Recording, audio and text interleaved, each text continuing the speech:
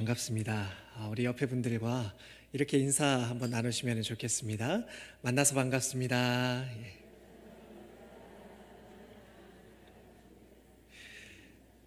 지난 상반기의 일정들이 이제 어느 정도 정리가 되었습니다. 말씀 묵상 운동을 했던 다락 모임도 종강하게 되었고요. 또 다른 모임들도 이제 하반기 준비에 들어가게 되었습니다. 상반기 동안 돌아보면은 또 짧은 시간이었으면서도 참 여러 가지 일들이 많았다 싶은 생각이 듭니다. 말씀 묵상 운동도 전 교인이, 전 세대가 함께 참여하게 되었습니다. 다락의 새로운 모임도 또 온라인으로 그리고 또 상황에 따라서 여러 가지 모양으로 모임을 하게 되었지요. 그리고 가정 예배도 전 교인이 함께 또 가정 예배의 마음을 쏟게 되었습니다. 참 큰 변화다라는 생각이 듭니다. 그런데 이런 질문이 들지 않으십니까? 뿌렸는데 과연 열매 맺을까? 언제쯤? 얼만큼? 이런 질문이 들지 않으시나요? 아마 이렇게 질문하게 되는 이유는요, 열심히 했으니까 기대하게 되는 것이 당연하다라고 생각이 됩니다. 주식을 사고 펀드를 들어도 내가 산 그것이, 내가 투자한 그것이 오르는지 안 오르는지 들여다보게 마련인데, 하물며 영적인 것에 투자한 것이야 그것이 얼마나 많은 열매를 맺게 될지 기대하고 들여다보고 생각하게 되는 것이 당연한 것입니다. 저는 오늘 말씀을 통해서 상반기를 마치는 시점에서 어떻게 상반기를 평가해야 할지 오늘 말씀의 비유의 말씀을 세 가지 방식으로 해석하면서 함께 나눠보려고 합니다. 예수님의 말씀 중 열매 맺는 원리를 알려주는 대표적인 본문이 있다면요, 바로 오늘 말씀일 것입니다.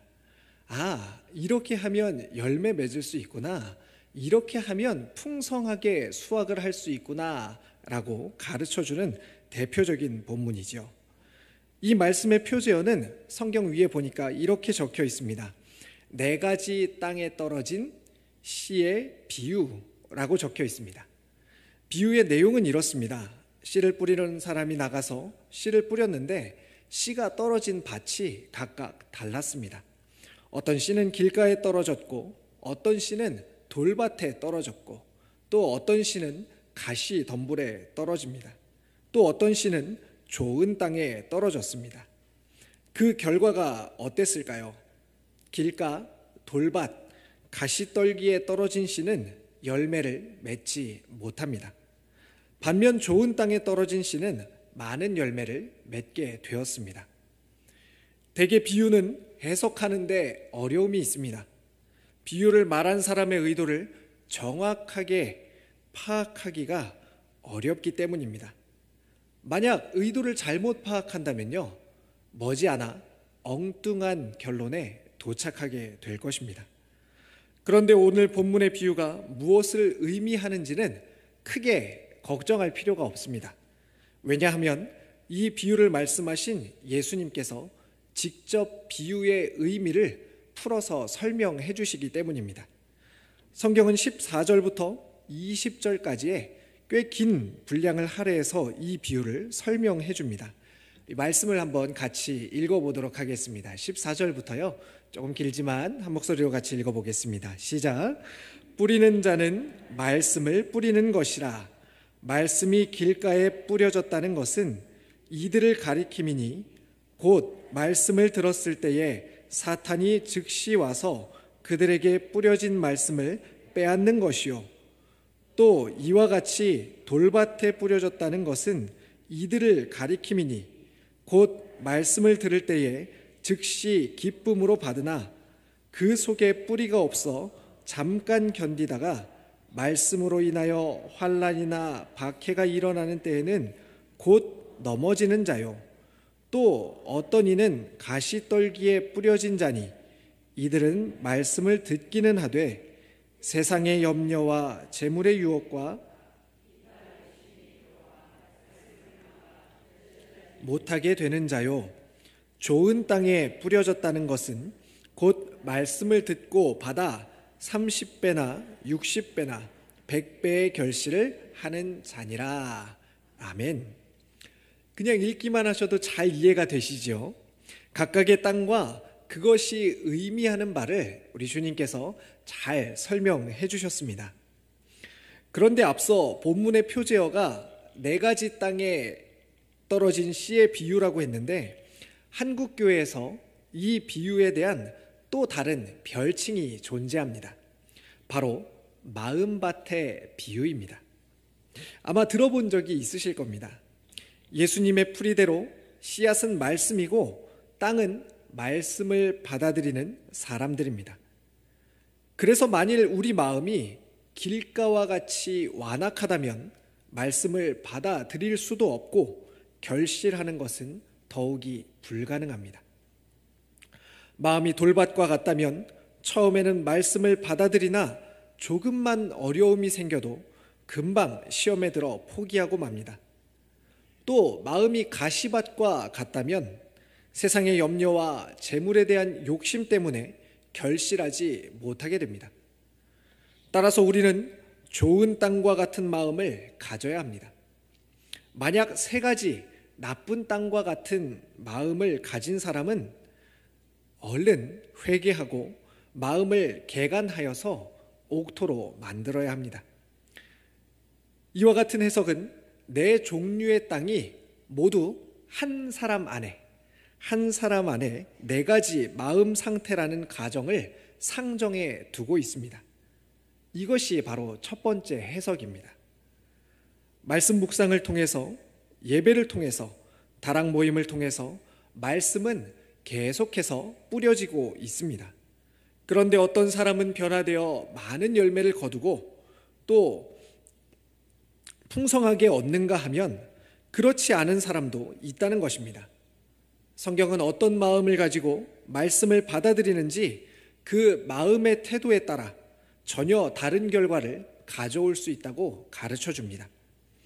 따라서 말씀을 받는 것만큼이나 마음을 잘 준비하는 것이 중요합니다. 설교자들에게 가장 큰 시험이 있는데 바로 강단에 올라가기 전에 마음을 지키는 것입니다. 그래서 토요일 저녁, 주일 아침, 예배 시작 전이 가장 긴장되는 시간입니다. 마음이 준비되지 않고 마음을 지키지 못하고 영적 싸움에서 패배한다면 그날 말씀을 제대로 전하기가 어렵기 때문입니다. 말씀을 듣는 청중도 마찬가지입니다. 교회 오기 전에 남편과 자녀들과 한바탕 하셨다면 그날 예배, 그날 말씀이 귀에 들어올 리가 없습니다. 세상의 근심과 염려, 욕심과 탐심, 사탄의 공격과 방해, 환난과 박해로부터 마음을 지키고 말씀 앞에 서는 사람이 바로 열매 맺는 사람이 됩니다. 저는 상반기에 교구를 신방하면서 말씀을 잘 받고 열매 맺는 삶을 위해서 고군분투하는 성도님들의 이야기를 많이 듣게 되었습니다. 온갖 종류의 시험이 있지만 그럼에도 불구하고 열매 맺는 삶을 위해서 마음을 개간하고 또 기경하고 뿌리를 깊은 샘의 근원까지 내리려 애쓰는 성도님들을 많이 만나볼 수가 있었습니다. 그리고 그분들이 맺고 있는 열매를 보며 함께 기뻐하고 또 맺을 열매를 기뻐할 수 있었습니다. 잠언 4장 23절은요 이렇게 말합니다. 우리 같이 한번 읽어보도록 하겠습니다. 시작.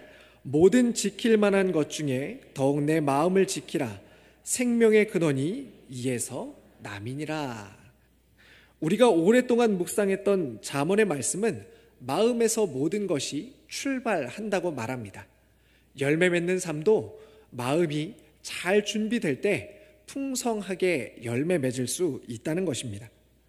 사랑하는 성도님들, 상반기 내내 말씀을 붙들고 살아내시느라 정말 수고하셨습니다. 혹시 지난 6개월의 시간 동안 모진 세파로 인해 내 마음밭 안으로 굴러들어온 돌들이 있다면 그것을 내어 버리시기 바랍니다. 또 가족, 직장, 지인, 여러 사람들에게 여러 환경으로 받은 상처로 인해서 놓쳐버린 은혜가 있으시다면 다시 붙잡으시기를 바랍니다. 재물, 건강, 비교와 판단, 염려와 근심, 각종 환난으로 자라난 가시덤불이 있다면 그것을 마음에서 걷어내시기를 바랍니다. 만약 이 방학 기간 동안 그렇게 마음을 잘 준비해 놓으신다면 하나님은 반드시 30배, 60배, 100배의 많은 열매를 맺도록 하반기에도 우리를 인도해 주실 것입니다. 그러면 한번 다른 방법으로, 이제 두 번째 방법으로 오늘 본문을 살펴보도록 하겠습니다. 문학적으로 이 본문을 살펴보면요, 씨 뿌리는 비유는 마가복음을 이해하는 열쇠로 사용이 됩니다. 왜냐하면 마가복음에서 이 비유가 아주 독특한 위치에 자리하고 있기 때문입니다. 오직 이 비유에만 예수님께서 직접 해설을 달아주셨습니다. 그리고 이 비유의 뜻을 묻는 제자들에게 예수님 이렇게 말씀하십니다. 너희가 이 비유를 알지 못할진대 어떻게 모든 비유를 알겠느냐라고 말입니다.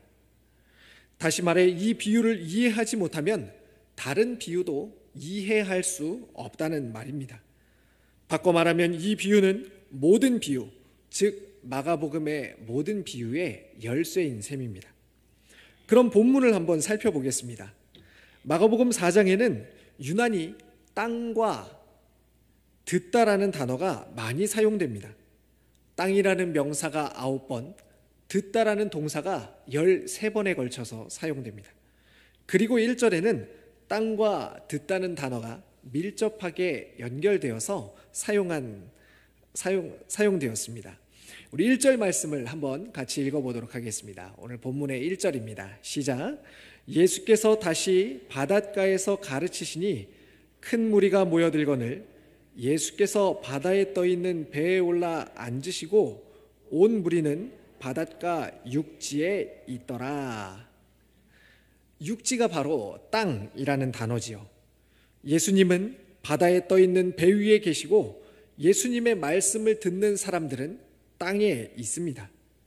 배 위에 계신 예수님께서 땅에 있는 사람들에게 하시는 말씀은 3절에 들으라 라는 명령으로 시작해서 예수님께서 그들이 잘 알아들을 수 있도록 비유로 가르치셨다라는 설명인 33절과 34절의 말씀으로 끝맺게 됩니다. 이렇게 보면 4장에 나오는 비유는, 예수님의 비유는 들음과 응답이라는 틀에서 해석해 볼 수가 있습니다. 그리고 우리의 관심을 듣는 사람이 어떤 사람들인지, 그리고 어떻게 반응하는지, 즉 땅에 관심을 두도록 안내합니다.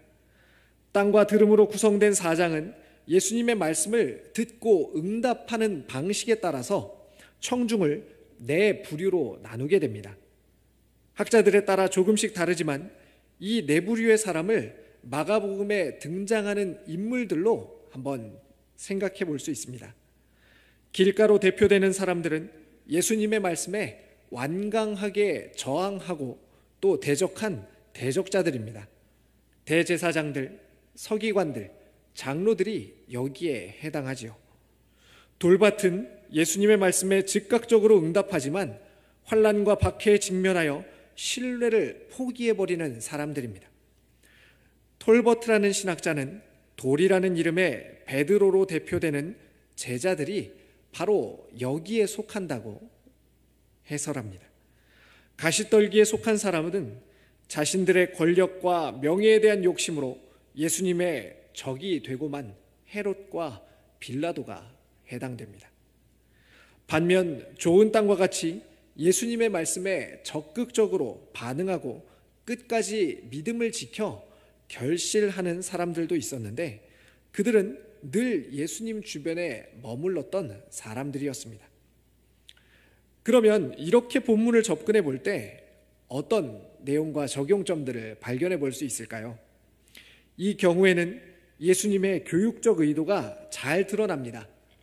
제자들과 무리들에게는 계시의 말씀이 선포되고 있으며 어떻게 하면 열매 맺을 수 있는지가 가르쳐지고 있습니다. 하지만 외인들에 속한 나머지 세 집단에 속성을 분명하게 또 가르쳐 주게 됩니다. 그래서 제자들로 하여금 스스로 겸비하여서 누가 예수님의 편인지, 누가 대적자인지 말씀을 듣고 응답하는 방식을 통해 설명하고 있습니다. 앞으로 제자들과 무리들이 마주할 시험과 배교의 현장에서 자신을 겸비하도록 가르친 것입니다. 사랑하는 성도님들, 말씀에 따르면 믿음으로 사는 삶은 4분의 3이라는 대적자들이 있는 삶입니다. 예수 믿기 때문에 손해보고 예수 믿기 때문에 감당해야 하는 어려움이 생기게 마련입니다. 하지만 한편으로 4분의 1의 동역자들이 있다는 점을 기억할 필요가 있습니다. 우리는 삶과 사역의 현장에서 예수님의 말씀에 긍정적으로 반응하고 응답하는 동역자들을 만나게 됩니다. 의외로 말씀 묵상 운동과 가정 예배를 통해서 가정에 그리고 다락에 숨겨진 동역자들이, 말씀의 동역자들이 나타나고 함께하게 되었다는 소식을 듣게 됩니다. 이와 같은 소식을 통해 오늘 말씀이 가정과 다락에 이루어지고 있음을 알 수 있습니다. 그러면 이제 마지막 3번째 방법으로 본문을 한 번 더 살펴보도록 하겠습니다. 앞선 내용처럼 본문을 마음밭의 비유로 해석하는 것도 가능하지만 또 역사적인 맥락에서 살펴보면 다른 강조점이 드러나게 됩니다.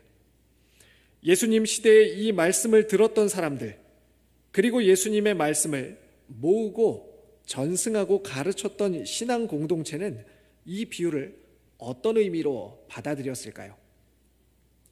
그들에게 환난, 세상의 염려와 재물의 유혹은 지금 우리가 생각하는 것과는 사뭇 달랐을 것입니다. 사회의 경제적 압력으로 인해 신자들은 경제적으로 철저하게 고립되었습니다. 그들이 겪었던 사탄, 악의 세력의 대적함은 우리가 상상하는 것 이상이었을 것입니다. 예수님의 말씀을 전하던 공동체는 이 말씀을 자신들이 처한 상황과 연결해서 보았을 것입니다. 예수님은 공생애를 시작하시며 하나님 나라의 복음을 선포하십니다. 예수님이 전한 말씀이 하나님 나라의 복음이며 예수님은 하나님 나라의 현현이었습니다. 그렇게 씨는 길가의 돌밭에 가시떨기에 연달아 떨어졌습니다. 하지만 그 결과는 어땠습니까? 계속되는 실패였습니다. 이 거듭된 실패는 당시를 살아가는 신앙인들의 현실이기도 했습니다. 하나님 나라의 복음을 외쳤던 예수님은 십자가에 처형당하셨습니다. 하나님 나라의 복음은 유대교로부터 로마 제국으로부터 배척당했습니다. 위험한 사상으로 간주되었습니다. 정치적 목적과 자신들의 사욕을 위해 관심을 갖는 사람들이 더러 있었지만 대다수의 사람들에게 외면당했습니다. 오늘날로 바꿔 말해보면 예수 믿으면 밥 먹여주냐? 그런다고 뭐 달라지냐? 그냥 절박한 사람들이나 매달리는 거야 와 같이 복음의 메시지는 철저하게 실패하고 있었습니다. 그러나 기가 막힌 복음의 반전이 이 비유에 숨겨져 있습니다. 본문 말씀을 다시 자세히 살펴보겠습니다. 4절, 5절, 7절, 8절에 나오는 씨앗의 숫자를 주목해서 볼 필요가 있습니다. 아마 씨앗의 숫자를 주의 깊게 살펴보신 분은 거의 없으실 것입니다. 4절은 무엇이라고 이야기합니까? 더러는 이라고 이야기합니다. 5절은요, 더러는 이라고 이야기하죠. 7절도 더러는, 8절도 더러는 이라고 되어 있습니다. 우리말과 영어 성경들은 대부분 길과 돌밭, 가시떨기에 뿌려진 씨앗을 더러는 이라고 표현해서 씨앗의 수가 마치 여러 개인 듯한 인상을 줍니다. 그러나 원문은 좀 다릅니다. 뿌려진 씨앗을 다르게 설명하는데요. 4절은 그것이라고 설명하고요. 5절은 다른 것, 7절은 다른 것, 이처럼 단수로 그것, 다른 것, 다른 것 이와 같은 방식으로 설명하고 있습니다. 각각 하나씩 떨어진 것으로 묘사하고 있다는 것입니다. 길가에도 하나, 돌밭에도 하나, 가시떨기에도 하나씩 씨앗이 뿌려진 것입니다. 그러면 좋은 땅에 떨어진 씨앗은 몇 개일까요? 8절은 다른 것들이라고 함으로써 여러 개를 가리키고 있습니다. 그 여러 개는 각각 하나는 30배, 또 다른 하나는 60배, 그리고 또 다른 하나는 100배의 결실을 하는 것으로 보아 최소 3개의 씨앗이 뿌려진 것으로 볼 수가 있습니다. 분명 당시의 신앙 공동체는 복음의 전파에 있어서 실패하고 있는 것처럼 보였습니다. 자신들이 믿고 따르는 신앙이 실패하는 것처럼 느껴졌을 것입니다. 그것 때문에 아프고 좌절하고 낙심할 일도 많이 있었을 것입니다. 그러나 이 실패의 아픔은 결코 좌절할 만큼 절대적인 아픔은 아니었습니다. 왜냐하면 이것은 단지 씨앗 3톨의 실패일 뿐이기 때문입니다. 이 3중 실패 후에는 다른 씨앗 3알의 큰 성공, 즉 30배, 60배, 100배의 성공이 기다리고 있기 때문입니다. 그래서 다른 말로 이 비유를 3중 실패, 3중 성공이라고도 부를 수 있을 것 같습니다. 말씀을 기록한 마가는 주도 면밀하게 실패의 경험과 성공의 소망을 3이라는 숫자로 정확하게 균형을 이루도록 했습니다. 그러면서도 반대로 그 결실의 내용에 있어서는 비교할 수 없는 불균형을 보여주고 있습니다. 이것은 무엇을 의미하는 것일까요? 바로 실패 후에 오는 미래에 거둘 성공의 커다란에 대해서 이야기하는 것입니다. 여기서 씨 뿌리는 자는 예수님의 말씀을 따라 하나님 나라 확장에 헌신하고 있는 그리스도인들입니다. 오늘날 우리를 가리키는 것이죠. 그러면 비유의 메시지는 어떤 의미를 갖게 될까요? 말씀, 즉 하나님 나라의 복음을 전하고 예수 그리스도를 주인으로 모시고 살아가면서 어떤 난관을 겪더라도 결코 좌절할 필요가 없다는 뜻이 됩니다. 왜냐하면 실패와 비교할 수 없는 큰 성공이 가까운 미래에 있기 때문입니다. 말씀 묵상 운동을 하면서 또 가정 예배를 드리면서 왜 우리 가정은, 왜 우리 다락은 이라는 마음 한켠에 쓸쓸함을 갖고 계신 분들도 아마 계실 것입니다. 특히 이런 분들께 오늘 이 말씀을 통해 위로와 격려를 드리고 싶습니다. 사랑하는 성도님들, 낙심할 필요가 전혀 없습니다. 지금 하고 있는 말씀 묵상을, 혼자 드리는 가정 예배를 복음을 전하는 일에 위축되지 마십시오. 3중 실패 이후에는 반드시 비교할 수 없는 3중 성공이 기다리고 있기 때문입니다. 이 말씀을 붙잡으시기 바랍니다. 여기에 한 가지 더 살펴볼 단어가 있습니다. 비유가 시작되는 4절의 말씀입니다.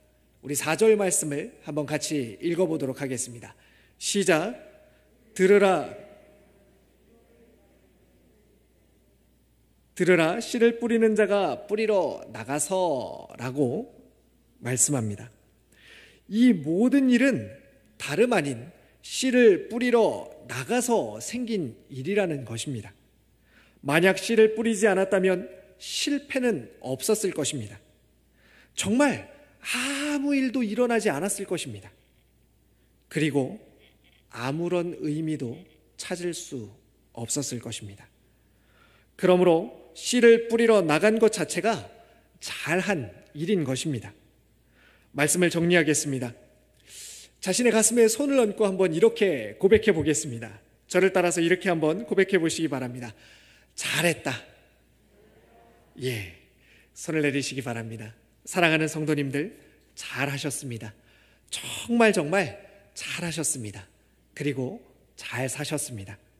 말씀으로 다락에서, 가정에서 살아내시느라 정말 애쓰셨습니다.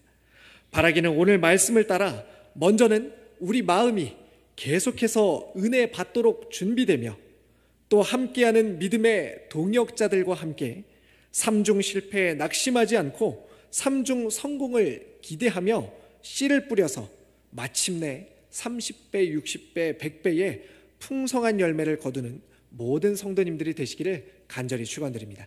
기도하겠습니다. 하나님, 지난 상반기 내내 말씀 묵상을 통해 다락에서 그리고 가정 예배를 통해 가정에서 하나님의 말씀을 심고 뿌릴 수 있도록 인도하여 주시니 감사를 드립니다. 하나님, 비록 지금 당장 눈에 보이는 결과가 없는 것 같을지라도 마침내 하나님께서 30배, 60배, 100배의 풍성한 열매를 거두게 해주실 것을 믿음으로 다시금 이 방학 기간에 복음을 뿌리며 또 우리의 마음을 잘 준비하는 복된 시간이 되도록 인도하여 주시옵소서. 예수님의 이름으로 기도합니다. 아멘.